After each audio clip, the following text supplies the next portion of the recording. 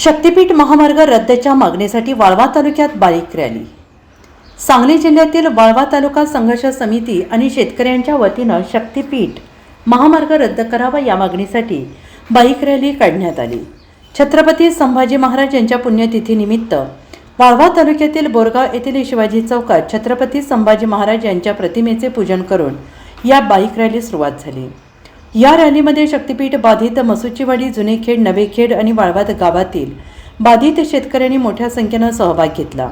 तसेच क्रांतीवीर नागनाथ अण्णा नायकवाडी यांच्या स्मृतिभूमीस अभिवादन करून ही बाईक रॅली इस्लामपूरकडे रवाना झाली। यावेळी कॉम्रेड धनाजी गुरव यांनी सरकार आणि राज्यकर्ते शेतकऱ्यांच्या विरोधातील असल्याचा आरोप केला। छत्रपती शिवाजी महाराज आणि संभाजी महाराज यांनी रयतेची, जनतेची आणि शेतकऱ्यांची काळजी कशी घ्यावी हे शिकवलं असून याच विचारांवर आम्ही शक्तीपीठ महामार्ग होऊ देणार नाही असा निर्धार त्यांनी व्यक्त केला।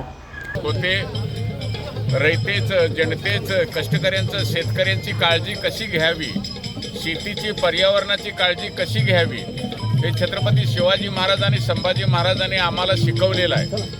आत्ताचे राज्यकर्ते आणि बरेचसे शिवाजी महाराज आणि संभाजी महाराजांच्या नावावर दुकानं चालवणारे हे शेतकऱ्यांच्या विरोधातले आहेत, हे स्पष्ट झालेलं आहे।